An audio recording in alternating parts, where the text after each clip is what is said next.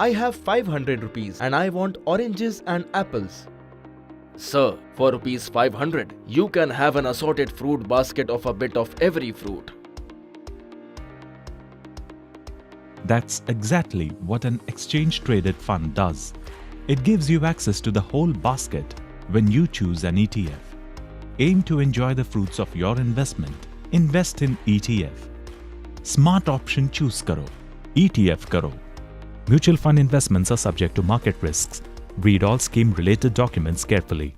Hi there, welcome back to the Decoding the World of ETF webinar series. I'm Surabhi Upadhyay and we bring this to you in association with Mirae Asset Investment Managers India. Over the last couple of weeks, we've been talking about ETFs or exchange-traded funds and why they are so critical for your portfolio.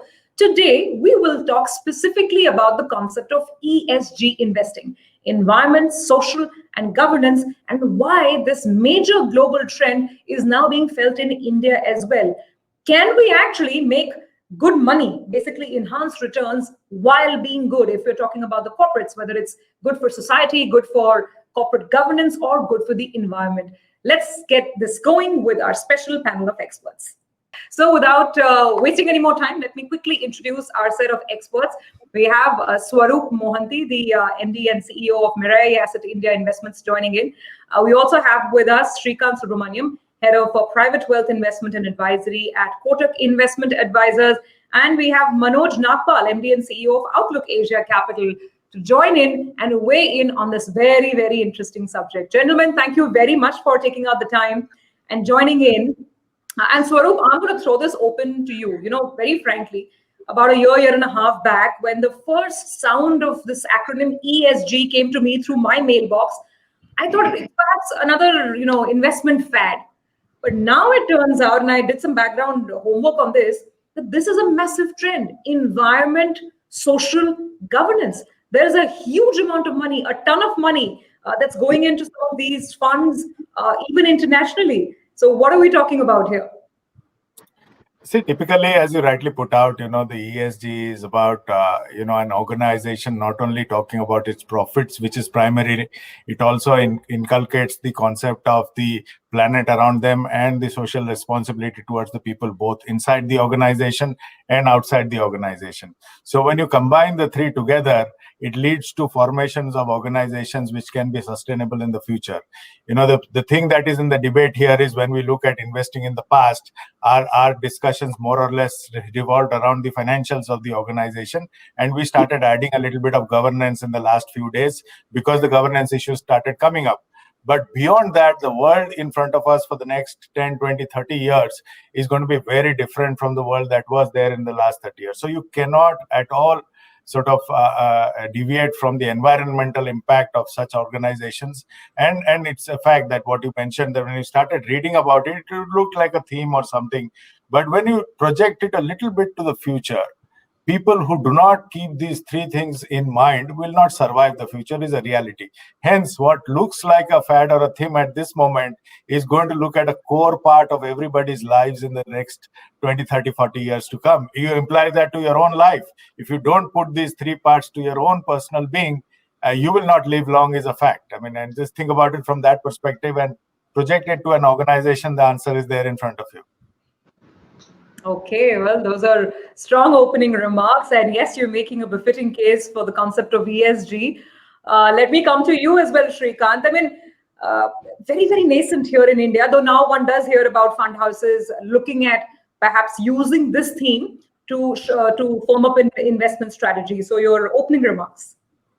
No, I couldn't agree more with Swaroop. I think times are changing, and as consciousness across all things right is growing more and more, we can't run away from the fact that investments is not only and only about maximizing your returns.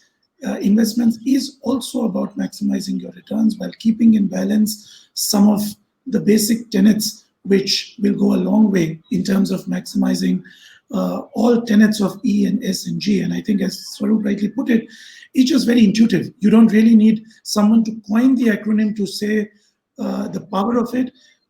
If you are not conscious about overall environment, social issues, or governance, in an overall part, then anyways, something is not right. So I think we are very happy that we are part of the very early trend, if you will, as one of the leading investment managers here in India, to really catch on and jump into the bandwagon to give our investors an ability, along with partners such as Swaroop and Mire, to start investing with a conscience.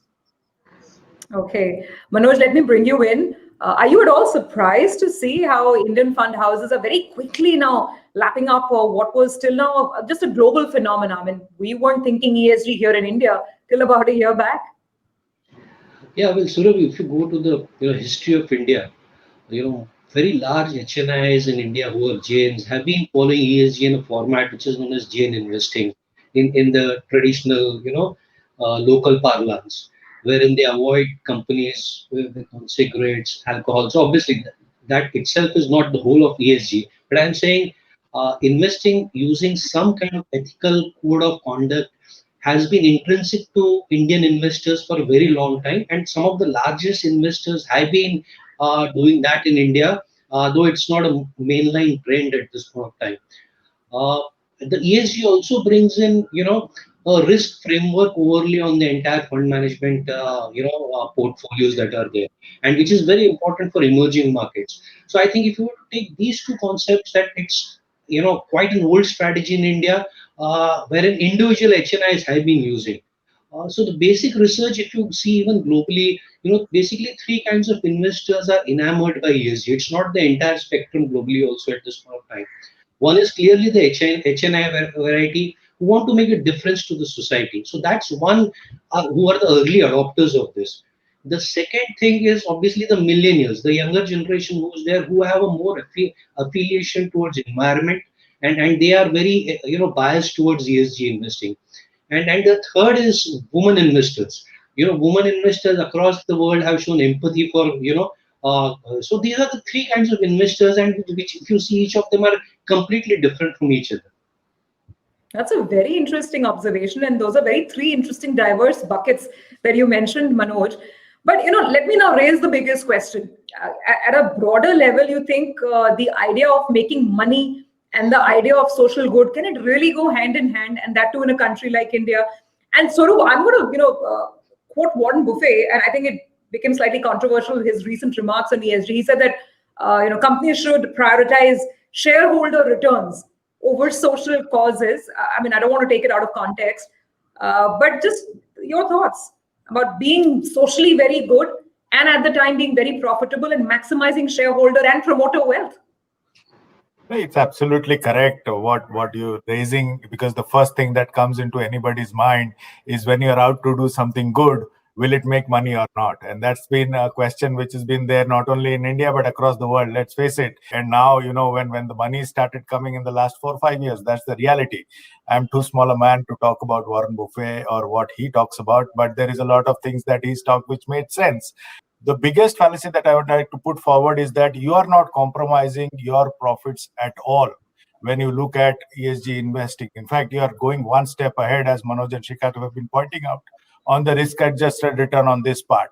Any company which follows the ESG form of working, and let me tell you, ESG sort of goes up to more than 250 parameters over the financials to judge a company. So when you look at small things, it can be a small thing like a whistleblower policy, whether the gender diversity is intact in the company or not, whether they are climate friendly, how much of carbon emission is a manufacturing company emitting. When you put all that in perspective, it just leads to a far more stronger company than it was in the past. And if you are to sustain, and it's about playing in the long run, a company which survives the next 50, 60 years will be the one which will invariably create wealth for you. So I do agree that people might think that there is a compromise, but the study of both Morgan Stanley and Morningstar have said that it in fact enhances returns. And in fact, in the pandemic, two things have happened. One, the ESG companies have not only sustained the outflow of money, no money has gone out from them, and invariably they performed much better than a lot of non-ESG companies. That just speaks of the times to come. That's really interesting. Yeah, I take your point because, returns, let's face it, we all invest to maximize our returns, right? And of course, we want to be socially relevant and good and clean as well. But, Shrikant, I actually looked at some of the ESG indices, which the NSE has, for instance. And I think some of those indices are going to be taken as benchmarks for the funds that will come. I was amazed to see that they've actually outperformed the ESG index. I think was slightly higher than the Nifty over a 5-7 year horizon. So I don't know, is that a fluke? Or is it really possible? Because at the end of the day, people in India are very, very particular about the return. No, so you make an interesting point. Let me take the discussion, break it into two parts. I think there is some fascinating work that's being done with the introduction of multiple indices. It obviously will mainstream the whole concept of ESG. So I think it was badly needed. I did look at the data that you mentioned. We also, my colleagues have worked extensively on this. I think more than the fact that it has enhanced return, which of course it has in these 5 to 6 years. So that is the way I look at it. I'm really not sort of both advising investors and also my colleagues in this, in my fraternity of investment management, to really lose their sleep over looking at higher return, but focus more on returns at much lower risk. So that is as far as the returns concerned. I'll just take maybe half a second on the point of Mr. Buffett that you mentioned.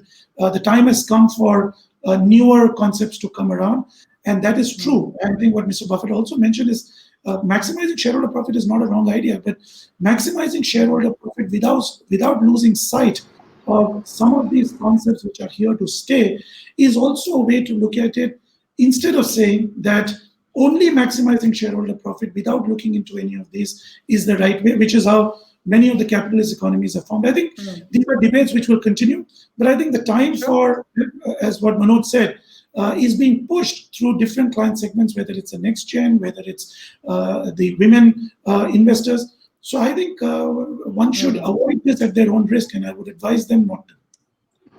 Then I think it would be time for the makers of the epic movie Wall Street to make a round 3. And I'd want to hear what Gordon Gekko has to say this time around. Perhaps greed is not always good if it's not accompanied by the philosophy of ESG. Okay, Manoj, now, the other two gentlemen have made a very compelling argument, and they have me convinced as well that in the longer run, if you, behave responsibly towards the environment, towards social groups, towards, of course, corporate governance standards, you will have a better company, a bigger company, more sustainable company, and that should translate into shareholder wealth. So now we're convinced.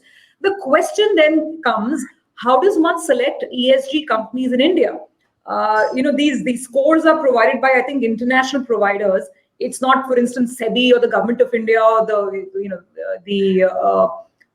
the Companies Act here, which is listing out what constitutes good ESG and bad ESG. So how does one go about the business of picking and choosing companies and stocks then? Yes, so Surabhi, this is a very important point that is emerging globally also. How does one structure a ESG portfolio? Obviously, there is no single formula. Every fund that sets up an ESG fund has to detail in quite a calculated manner what are the parameters they are going to look at. So the broad format that typically works is that there are factors identified in each of the segment in E, S, and G. Typically, around 30 to 40 factors are identified, and each factor is scored on a range of 0 to 100, and then a composite score is taken. However, where it makes a difference is that certain fund houses globally have started now tilting themselves to one particular set of factors. One of the things a lot of people don't know is that, for example, a couple of years back, Facebook was downgraded on the ESG factors because of data privacy issues. Now, typically in the ESG format, you would not say that data privacy is a part of ESG, but it is because of the governance issues that are there. Governance. And so I'm saying that each fund house needs to detail it quite well, and then and investors need to see whether they are aligned to that. So in that, one aspect, it becomes a complicated pick for a retail investor to understand these issues. Okay, fair enough. I think it's going to be a learning curve that we all have to go through, and it's going to take some time. So that brings me back to you, Swaroop. Now, we're still setting our house in order. You go down the order, the below 100 companies, and governance issues, of course, are some of the biggest talk points here in India. Yes, it's a very interesting question, and it's a question which needs to be answered. Let's face some facts, and I think I'll echo what Manoj says because ESG parameters are very large. And then let's look at it from an Indian perspective. And India is at a threshold where alpha generation is has been pretty good, and then some discussion on alpha generation have started. So it's a fantastic time to start this discussion too. From an Indian fund management perspective, two things people have to understand that ESG parameter analyzing is not a territory which has yet started in India. So the number of analysts or that domain is new to India. People are in the process of building that. That was realization number one to us. And then secondly, let me tell you, ESG analysis is not cheap. It is a very expensive sort of thing to put in. You have to actually put in a proper analyst team to do this and set up governing parameters.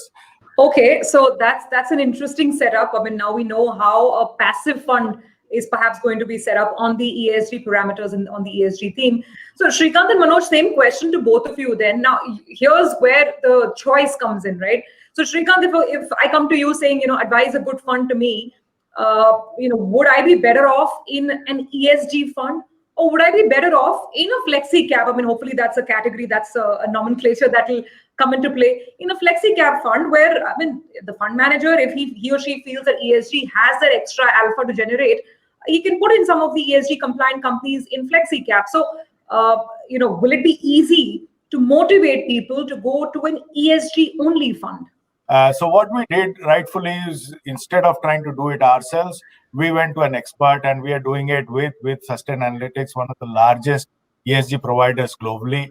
They track some 220 parameters beyond the financials that as we speak, and they have over 750 professionals, and they are a global ESG researcher. So we outsource that, and maybe in 2-3 years' time, when the Indian environment sort of builds it up to itself, it will then form its own ESG sort of analysis team. The second part we did was, whether we'd like to take it on the active side or on the passive side. The answer was we didn't have the analytics skill. Why put it on the active side? So we putting it on the passive side, and we are the first ESG ETF to come out, and we build a good index along with NSE, and that's where we start from. We feel is a good diversified portfolio and probably the future of investing in times to come in India. The way I would answer your questions would be is it's no longer about will I choose a flexi cap versus an ESG, but I'll choose flexi cap A versus flexi cap B, the one which has a higher ESG score. That's a brilliant explanation, and I think it would be a fantastic way forward. If that's the sign of things to come, then we would have really evolved notch higher in the investing landscape. So basically, I mean, what you're saying is that like every fund has a risk-o-meter, every fund perhaps starts revealing their ESG scorecard as well. So one can decide if you want to go for a fund with a higher ESG score or lower ESG. It's a very, very democratic way of being, really. But before I take it to Manoj, one more question, Swaroop, on the fund structuring and the company selection. Just trying to understand that are companies right now in India very forthcoming when it comes to acquiring an ESG score? Because tell me how it works. Is it a bit like getting a rating? I mean, you go to a rating agency because you need to be rated. That's how you will go out and place your debt in the market. So do you see companies evolving to that level of making sure that they go out, get ESG scores and display them properly? Yeah, I think it's a good question, and it sort of stems from what Shrikant was saying, that we need to ask the right questions now. And please understand, everybody has started asking these questions. There's no doubt about it. I'm really happy that Shrikant is raising the same question to go out on the debt side too, and high time that happens. But when we compare ourselves with the global peers in terms of, say, government corporate governance, we still lag a bit. I mean, but recently there have been a slew of reforms, and then it has to be top down, and it has to be from the government and policy making, and that has started. The adoption of the recommendation made by the Kotak Committee to improve the governance standards of India, it highlights the commitment of all stakeholders to make corporate governance practices transparent and answerable in India. But we are definitely seeing more than 100 companies already available at a decent governance score or an ESG score to form a portfolio, which is a good start. Please understand, this is the beginning of ESG in India. And if we were asking the same question 2 years later, this 100 stocks would be at a far higher sort of universe. But it's a great beginning to be starting with at least 100 stocks, which we can discuss from a portfolio making perspective. Okay, absolutely. No taking away from that. So, Manoj, now coming down to you, what is the advice at this point that you would start giving out to people? Because now we have some products coming in the market, active side, passive side. So, what would you tell investors right now? Yeah, the basic ground level research that when we talk to investors, and this has been, and this Indian trend also mirrors the global trend. Even globally, the human mind typically thinks that as soon as you're going to constrain the fund manager for investing in a certain kind of companies, which typically are seen as high return companies. So, for example, tobacco is seen as a high return company in the typical mindset of people. Typically, you will tend to be a company with a lower cost structure and a higher, profit structure. Or if you're not going to take, care of your employees as a social, or your customers or your stakeholders, you typically are going to save costs and hence become a high profit generator. And that was the trend earlier in the, global markets also. However, what has been good is quite vice versa to the human intuitive mind, that the way it thinks. What really happens is that companies which are going to focus on these parameters typically may incur a higher cost in the shorter term, but in the longer term they tend to generate higher profits. ESG funds tend to either better the performance and with a more stable outlook, because ESG framework is typically followed by companies which are Sure. slightly on higher size level, and Sure. also it becomes a slightly kind of a blue chip kind of environment that you're investing. Okay, so I think it boils down to Manoj feeling that this is a good place to be in. Swaroop and Shrikant, quick last thoughts as well. Swaroop, to whoever's watching this, what would your final word be? See, there cannot be a better way of investing, of marrying your own core values to your portfolio, and that is what ESG provides to you. It is doing the right thing, and when you start doing the right thing, it becomes sustainable. I think it's a journey of you being an investor to being a responsible investor, and that's what ESG gives to you. And I think it's a beginning of a fantastic journey. I'm very happy. It's a great beginning, and 2 years later, it will become a part of the core portfolio of everybody's portfolio, and it won't remain as exciting as it is today. And the objective is to make it boring, and then let's start a journey and see how it unfolds. I'm very excited about it. Okay, Shrikant, quick last take. No, Surbhi, I think time has come, and I would encourage all stakeholders in the investment journey fraternity to both educate themselves and educate counterparties, investors alike, on what really ESG is, and ensure that it does not just sort of pass out as just another fad. Make it a way of life, and have some of the myths busted, that it's not only about feeling good about things, but to actually add it as an overlay on the core investment philosophy, and make the investment philosophy into a much better journey than what it is right now. Swaroop, I think your words are ringing loud, because I just realized that we are having this conversation just around Vijay Dashmi, and Dashera is all about the victory of good over evil, right? And yes, if we end up elevating the good to such great heights, then perhaps our investments are also going to get better and better. So may good or always win over evil. All right, gentlemen, great conversation. Thank you very much for it.